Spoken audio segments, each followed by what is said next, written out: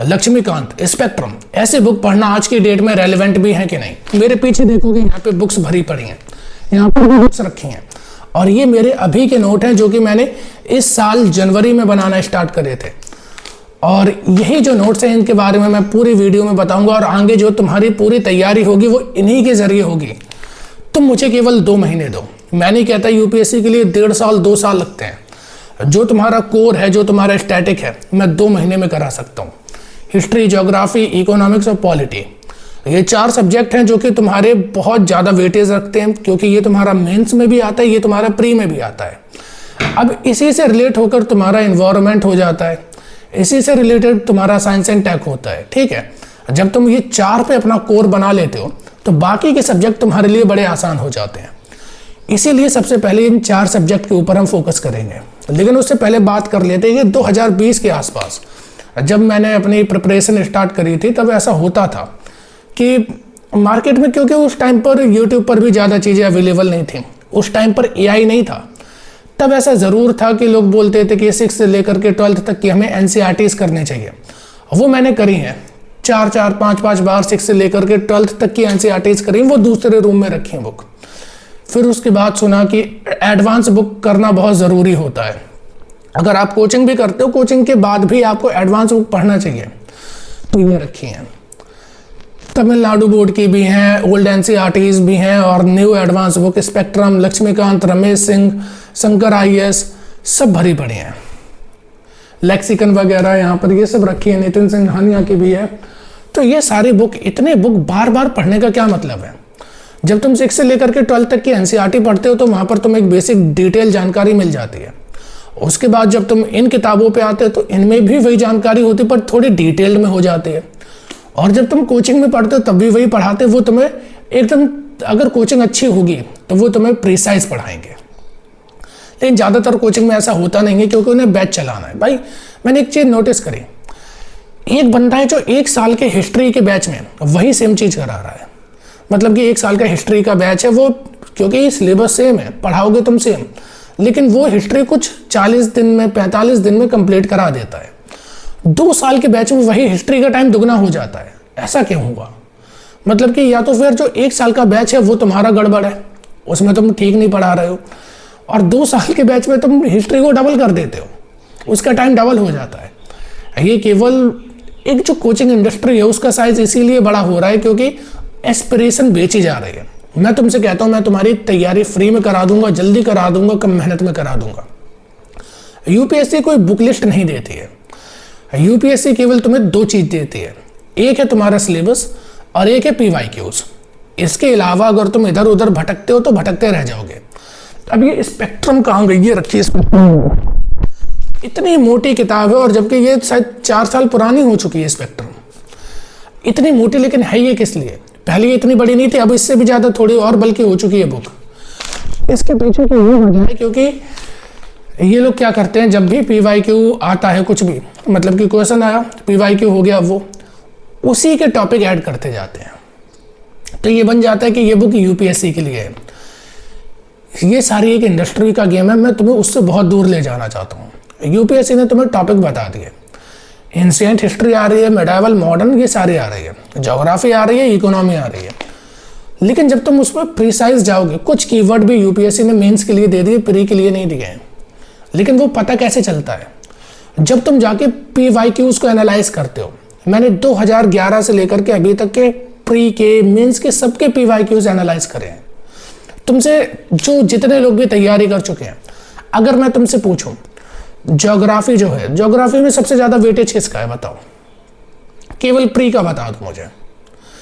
ये सवाल तुम खुद नोट करना, ये सारी चीजें नोट करना। तुम जाओ सब्जेक्ट वाइज, फिर सब्जेक्ट के अंदर टॉपिक वाइज किसका कितना वेटेज है। जिसका ज्यादा वेटेज पहले वो कंप्लीट करेंगे, और जो पिछले 10 साल से जैसे क्वेश्चन आ रहे हैं वो सारे क्वेश्चन, वो सारे कॉन्सेप्ट को हम ट्राई करेंगे। वो सारे कॉन्सेप्ट हमें आने चाहिए। और नोट्स पता है क्यों बनाए जाते हैं? नोट्स इसलिए नहीं बनाए जाते ताकि तुम दूसरी किताबें बना दो। नोट्स इसलिए होते हैं ताकि तुम जल्दी से जल्दी रिवाइज कर सको, नहीं तो किताब ही पढ़ लेते सीधी। इसीलिए नोट्स को अपना इतना कंप्रेस कर दो। ये देखने में तुम्हें जरूर बड़े लग रहे होंगे, पर है नहीं, बहुत छोटे नोट्स हैं। मतलब कि मेरा ये टारगेट है कि अभी जब मैं फर्स्ट सेकंड थर्ड रीडिंग करूं तो 2 दिन में एक सब्जेक्ट को निपटा दूं। जैसे कि हिस्ट्री है तो पूरा हिस्ट्री 2 दिन में सब्जेक्ट खत्म, इकोनॉमी 2 दिन में खत्म, और फिर रिवाइज करते करते मुझे इस अपने आप को इस टाइम पर लाना है कि 5 से 6 घंटे में एक सब्जेक्ट खत्म कर दूंगा। और ये करना इन नोट्स के साथ बड़ा आसान है क्योंकि ये वेल ऑर्गेनाइज नोट है, और ये केवल 3 से 4 महीने में बनाएगा, वो भी बड़े मौज से हंसते खेलते हुए। तो वही चीज़ मैं तुम्हें देना चाहता हूँ, टारगेटेड पढ़ाई करो। पढ़ने को पूरा समंदर है, तुम कितना पढ़ोगे। अब महात्मा गांधी के ऊपर एक छोटा सा टॉपिक स्पेक्ट्रम वगैरह में मिल जाएगा, तुम्हें एनसीईआरटी में मिल जाएगा। मेरे पास वो जीवनी भी रखी महात्मा गांधी की ऑटोबायोग्राफी, वो भी पढ़ सकते हो तुम।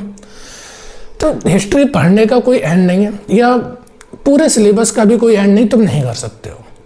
70% 80% टारगेट करो जो बार बार रिपीटेड थीम्स हैं, और बाकी का जो है वो अगर छूट भी जाए तो भी फर्क नहीं पड़ता, क्योंकि एग्जाम में जब तुम मार्क्स देखोगे ना 50% भी मुश्किल से आते हैं।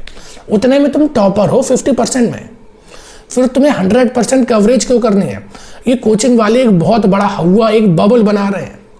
मैं तुम्हें हर चीज़ फ्री में और बड़ी सॉर्टेड तरीके से प्रोवाइड करा दूंगा। मेरा बड़ा सिंपल सा टारगेट है। ये जो कोचिंग इंडस्ट्री है ना, ये इस देश को बर्बाद कर रही है। भले ही ये बड़े बड़े बिजनेस बना रहे हैं, भले ही रोजगार लोगों को मिल रहा है, लेकिन करोड़ों बच्चों को जो ये एस्पिरेशन बेच रहे हैं ना, वो उन्हें खत्म करते जा रहे हैं। उनके पहले तो घर परिवार खत्म हो रहे हैं, कर्जे पे लोग जा रहे हैं, और जब उनके सपने पूरे नहीं हो पाते तो कुछ आत्महत्या कर लेते हैं, और नहीं तो ज़्यादातर लोग फेलियर अपने आप को समझते। भाई तुम फेल नहीं हो, तुम्हें सही गाइडेंस नहीं मिली, तुम्हें सही अप्रोच नहीं पता थी, इस वजह से तुम फेल हुए हो। मैं तुम्हें वो सारी चीज़ प्रोवाइड करूंगा, क्योंकि जब मैं 10th क्लास में था तब से मैंने तैयारी स्टार्ट करी है। सारी चीज़ पढ़ने के बाद, सारी चीज़ करने के बाद आया हूँ, तो मैं तुम्हें बहुत अच्छी तरीके से गाइड कर सकता हूँ। और मेरा पता है बड़ा सिंपल सा एक विश्वास है कि मुझ पर विश्वास क्यों करोगे। मैं तुम्हें PYQs दूंगा ना। बड़ा सिंपल सवाल, अच्छा बताओ जो ये है इंडस वैली सिविलाइजेशन जो टॉपिक है, इससे अभी तक मेंस में कितने क्वेश्चन आए हैं, और क्वेश्चन किस टाइप के आए हैं। जो वैदिक सिविलाइजेशन है या लेटर वैदिक पीरियड है, उससे अभी तक मेंस में कितने और किस टाइप के क्वेश्चन आए हैं। महाजनपद जो कि टॉपिक एक एक 2-2 दिन चलते ही जा रहा है, बड़ा उसमें नोट्स बन रहे हैं। मेंस में और प्री में कितने क्वेश्चन आए हैं और किस टाइप के आए। जब तुम्हारी एनालिटिकल स्टडी तगड़ी होगी ना, तब तुम कर पाओगे। देखो मार्केट का गेम है ना, इकोनॉमी की बड़ी सिंपल भाषा डिमांड और सप्लाई की होती है।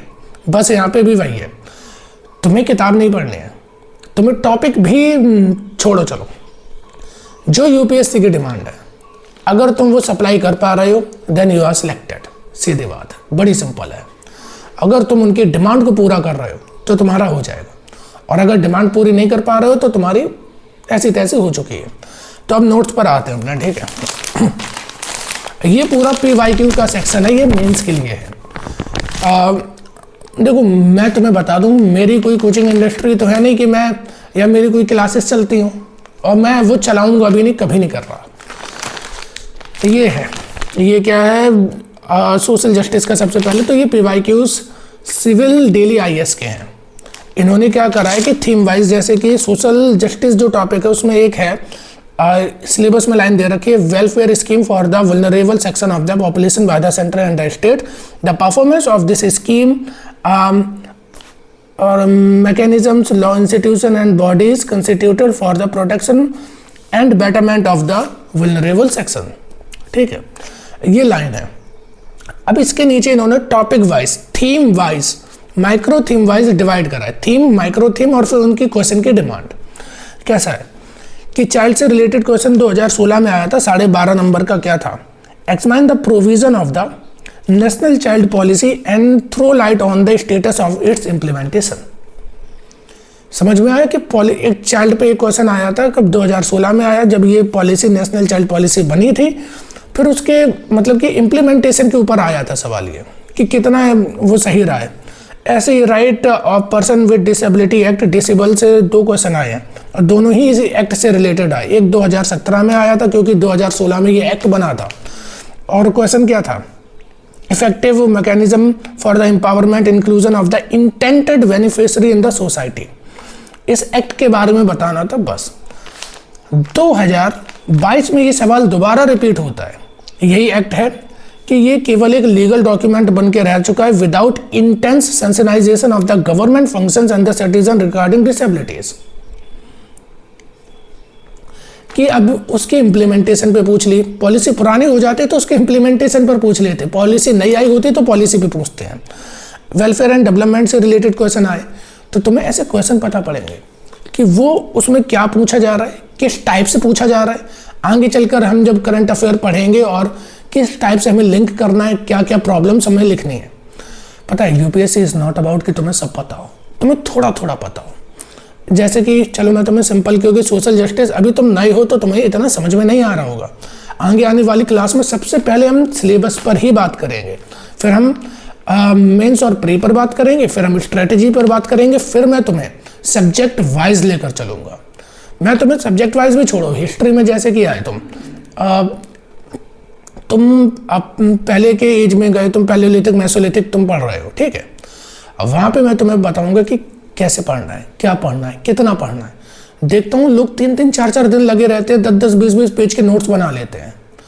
क्वेश्चन कितने आए हैं, प्री में कितने हैं, मेंस में कितने हैं बता दूँ, और किस टाइप के क्वेश्चन है पता ही नहीं है। लेकिन लोग पढ़े जा रहे हैं क्योंकि टीचर करा रहा है, क्योंकि टीचर को हर एक क्लास का रुपए मिलता है, घंटों के हिसाब से कमाते हैं, इस वजह से वो करवा रहे हैं, ठीक है। तो वो सारी चीज़ें आगे आने वाली क्लासेस में बात करेंगे। बस मेरा रेवोल्यूशन, मुझे एक रेवोल्यूशन लाना है, मेरा एक टारगेट है।